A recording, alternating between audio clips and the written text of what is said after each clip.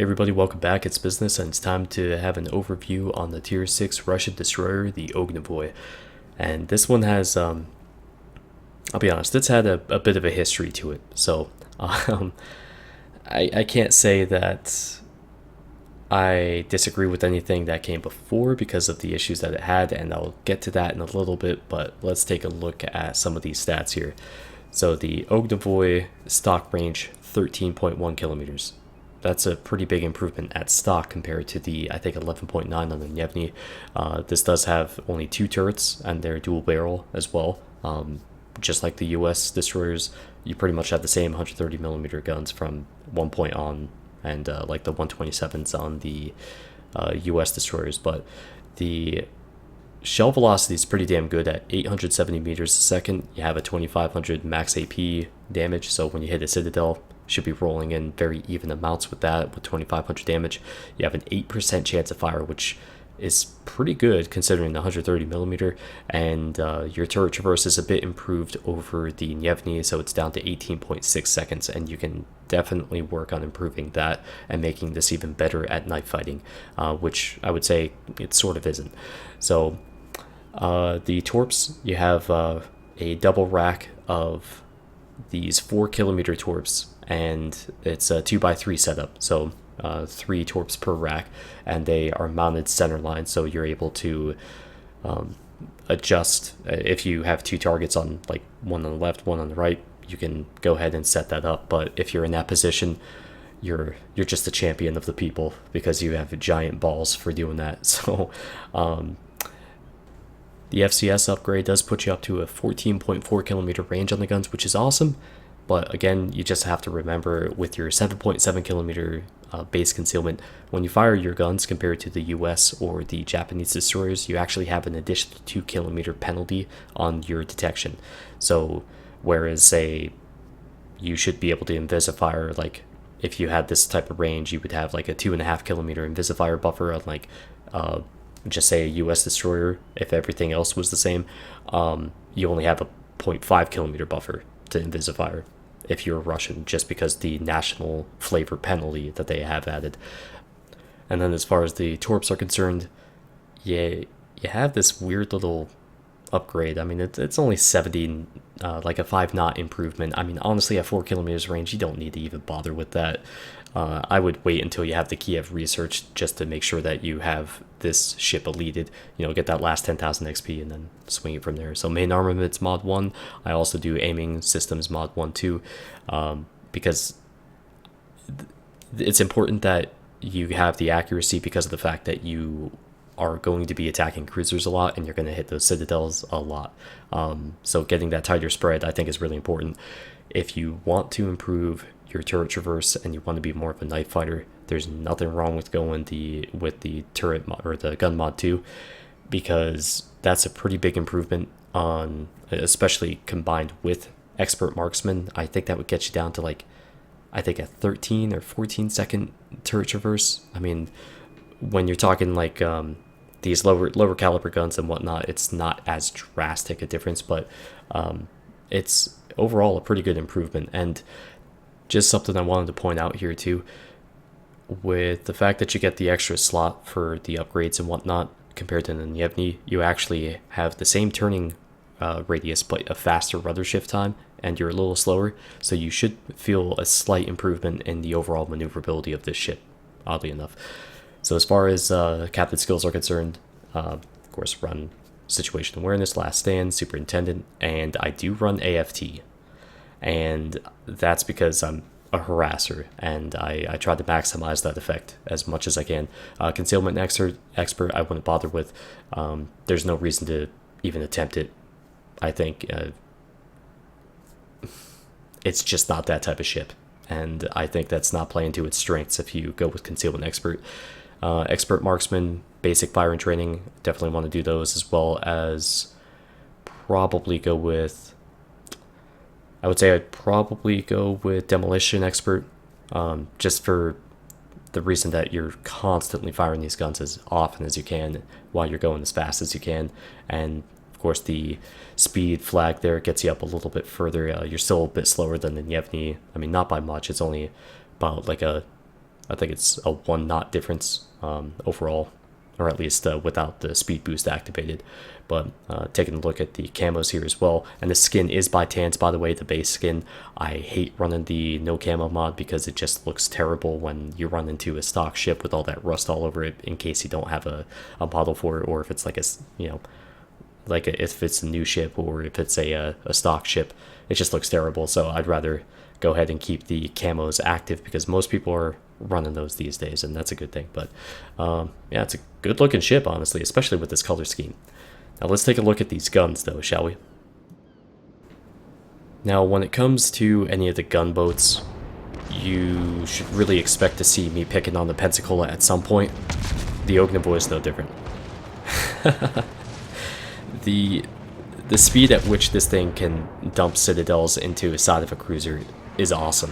Granted, you only have the 4 shells that you get to put out, but the citadels rack up pretty quickly. And again, you should not be in a position where you're too close to, especially higher tier cruisers, because they just have so much power behind those bigger guns with the 203s and whatnot. But you know, you're going to get into tier 8 matches, and it's going to be a bit difficult to avoid certain situations where you're too close to an enemy cruiser. So just get that AP loaded if they're showing you their side, and start racking up the citadels. Now, I did beach, and somehow this Farragut still hadn't managed to kill me, and I took out his engines, and then, sure enough, booyah.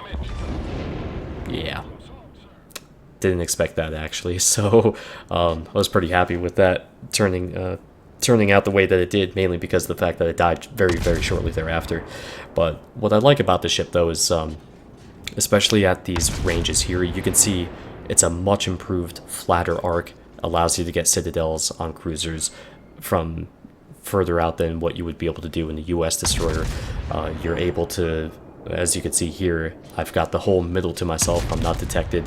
I have a teammate that's on the right in those islands, so I know I'm not going to get flanked without having an enemy ship being spotted. You can walk right up behind some islands, like low islands, and just start raining shells over, and it's basically, this is a cruiser. And I would say that with the Ognevoi, that's really where that mentality starts, where the Russian destroyers play more like cruisers. Yeah, it's kind of interesting, actually. So I think the maneuverability is a total drop-off after this. The Kiev, I can't stand it personally, and I'm kind of spoiling the review for that ahead of time, but I honestly feel like the Ognevoi suits me far better than the Kiev does, and that's kind of strange to say, but this is also a clip from, let's see, May 10th, so what you're going to see or hear in the following clip is a change in the sound as well, because they constantly change the sound files.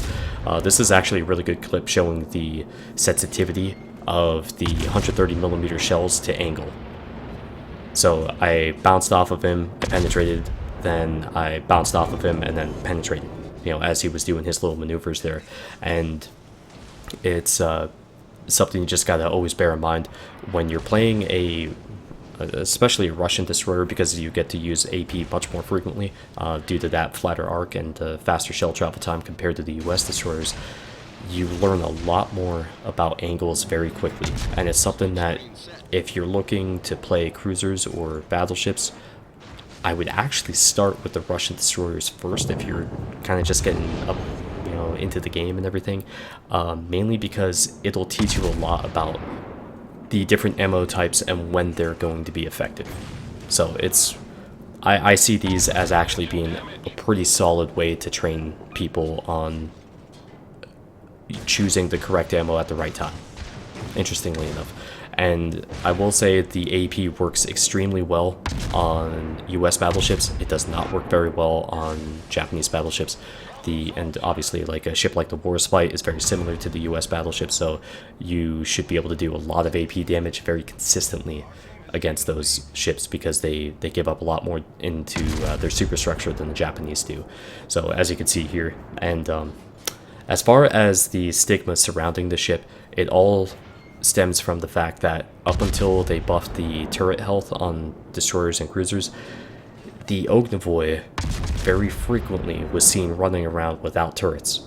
And because of the fact that it just has the 2 double-barreled turrets, losing 1 turret meant that you were basically out of the match because you just lost half your firepower, and it was always the front turret. So what would you have to do with that? You'd have to be running around trying to kite everybody away, shooting your rear turret at everybody. It was a terrible situation. And I avoided the Ognevoi. I avoided moving beyond the Nievny because of that reason. And then they announced that they were going to go ahead and buff the turret health, and I'm like, okay, now I got to start looking into this ship. And I haven't, in I think was 25-30 matches or something like that with this ship, I haven't lost a turret yet, and at least as far as I'm aware.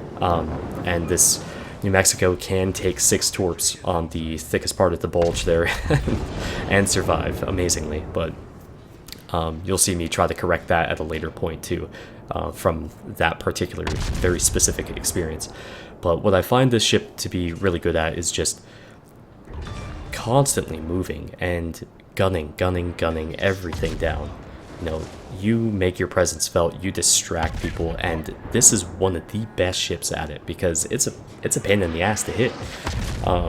It's at least fast enough to be able to, and sort of maneuverable enough to be able to get in and out of situations rather quickly, and you disengage, you get your turrets back onto somebody else because you have, especially with AFT, you have a 14.4 kilometer range to work with, and that gives you a lot of options when it comes to selecting targets and who to help and who to harass.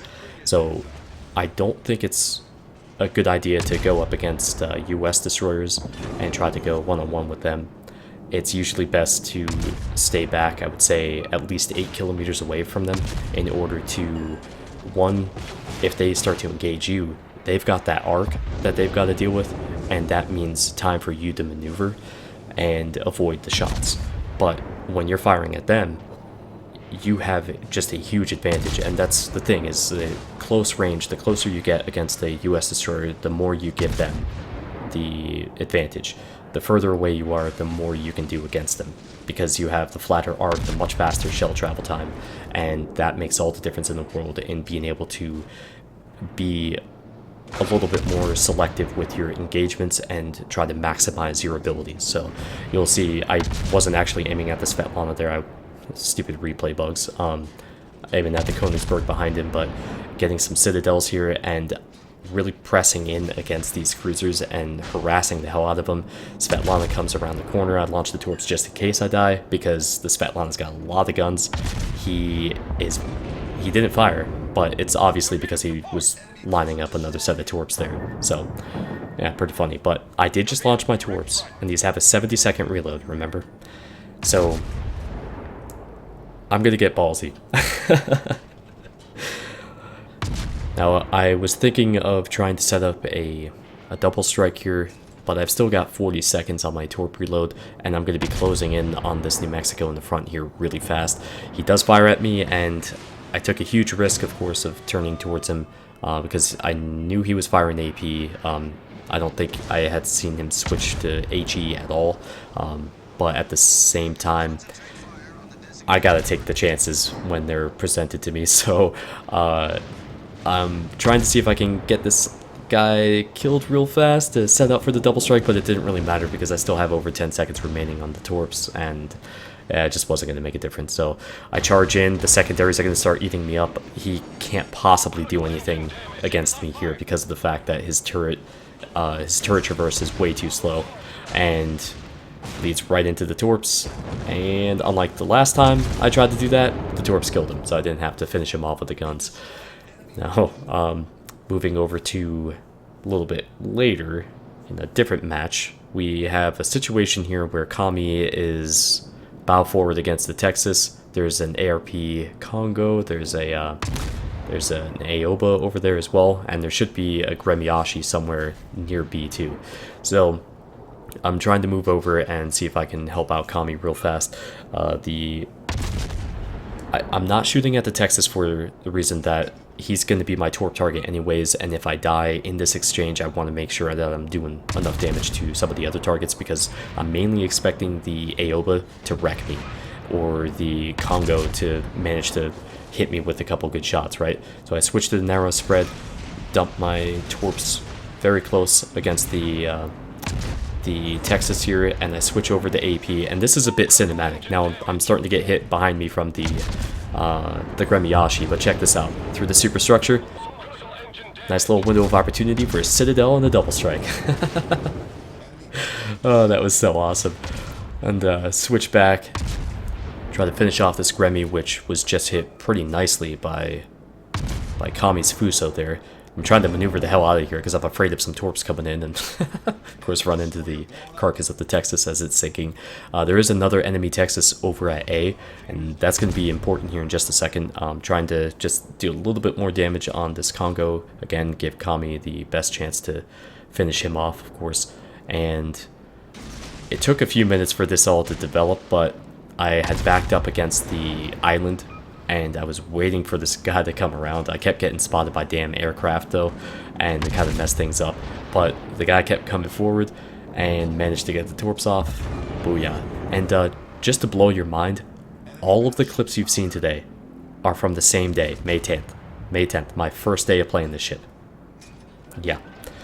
So, like I said, I was like, you gotta be kidding me. Who has been keeping the secret of the Ognevoi from me? But that turret health made all the difference. Getting that little bit of a buff to this ship and obviously all the other destroyers and cruisers, it just made the ship so much better. And I don't even have to play, or I didn't have to play it before to even understand that. I saw the results, I saw the replays, and it was horrible to watch. And I felt really bad for anybody that had to endure this ship before the buff. But this is actually a replay from just a week ago, July 15th. So actually less than a week ago, but this is a tier 8 match, and I have Rautus in the New Mexico and Chrono in his Fuso, and we are on Lantifier. This is a pretty damn interesting match that we had. As you see from the clips here, we've really gathered way too much over here at A, and there's an enemy Mayhem that's just on the other side of the island, and I'm proxy spotting him because he's within the 1.9 kilometer proxy range. So we had been just sitting there for a while. I decided it's time to make a move.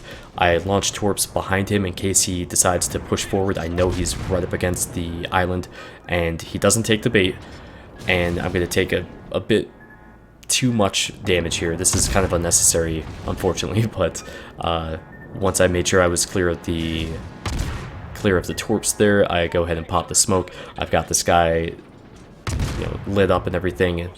I've got my cruisers finally coming in to back me up, and been really just trying to get this team involved in the match and, to get them to spread out a little bit. And as you can see, they finally start fanning out. We're going to start pushing over towards mid. The Mayhem finally gets killed, and we're going to go ahead and secure A. Now, we're moving over towards the middle, and there's a New Mexico as well as the Turpits that's north of A, and I'm just going to start harassing them a little bit. Kind of perhaps bite off a little bit more than I could chew, as the Turpits pays a little bit more attention to me than I would like, and send some damage my way.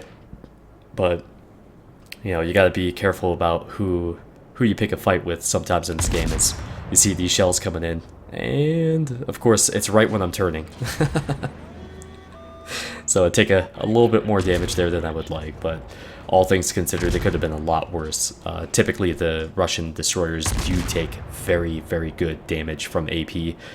They're just larger, they're easier to hit, and you'll see this in upcoming videos. Actually, there's an Ognevoi that gets straight up annihilated by my Fuso in the next episode of Ships and Giggles, so look forward to showing that one to you. But anyways, this Amagi had taken a ton of damage, and by the way, we've been really scrappy in this match. We had been in the lead for all of 10 seconds or something, and we kept going back and forth with some of the point changes and things, but we're now down over 250 points, and now after the Amagi died, our Amagi died as well, so we're just kind of back to where we were. And there's a pretty significant threat here with the Atago. They still have a Kutuzov, etc., etc. There's the Turpits and Fuso. We have to get some work done pretty fast here to try to pull this match back into our favor and make something work. So I lucked out there being able to dodge all of those shells and capped right underneath their noses. And of course I did that while it was undetected. You know, just gotta make sure that you exercise some fire control. Sometimes it's really good to just try to light up everything, but when you're in a situation where you need to cap and win, sometimes it's just best to stop firing, especially if they're outside of your concealment range. So always just try to bear that in mind. I mean, I gotta catch myself sometimes too with that. But we pull ourselves within 120 points again, 130 points. They do have the Kutuzov on B. There's also an extremely low health Farragut that had been last seen at like G7 or G8, and I'm expecting to run into him here at any moment, especially considering that I'm detected right now. So the Kutuzov is fighting our Mitsuki, who I gotta praise the balls on the Mitsuki for doing that. That's not a great situation to be in, but I still admire the courage. And the Farragut shows up, and it's just a matter of kill securing, which finally gives us the lead. And now I'm on the cap, so I'm at least contesting it. So we're in a good position here to finally secure the victory here, as the Mitsuki's still capping at C, and I'm harassing the Tirpitz as I'm capping, and the Kutuzov pulled off of C to try to go after the Mitsuki, but he's coming back in now, and I'm going to have to contend with him at some point. So again, some more shells come in on the Tirpitz, and we're very close to finishing him off. And Chrono informs me of something here that's important. See that black spot there on the Kutuzov? He had knocked out the B turret on the Kutuzov as he was just coming in. That makes all the difference in the world, because I'm able to charge this guy, and either A, if he wants to get me dead, he's going to have to show full broadside and get his guns involved, or his torps, or B, he's just going to have to suck it up and die. Thankfully, he chose the latter option. Yay! That was a really good match. I really had to commend the team for that, because they stuck with it, and we were down almost the entire time. And usually on that map, especially when you have a team that's all focused around A, which is usually the case, they end up losing. But we were able to push out and spread out from there and make stuff happen, and it was really good. But I honestly, I would say I prefer this right now over the Farragut. Don't get me wrong, I love the Farragut, it's a fantastic ship, but I think this actually suits my playstyle more than the Farragut, which is definitely not something I expected. And I would say, if you still have the Ognevoi, and I know a lot of you don't, unfortunately, post buff, I would say give it a shot, try it out. I think you may be pretty surprised, especially if you go back to it with, you know, a bit more destroyer experience. I think you could do pretty well in it. But hope you enjoyed the overview of the Ognevoi today, guys, and feel free to follow me on Twitter to keep up to date with the stream, and also any background stuff I'm doing with YouTube. I like to throw that up there every now and then too. But I'll see you back here next time, and take care.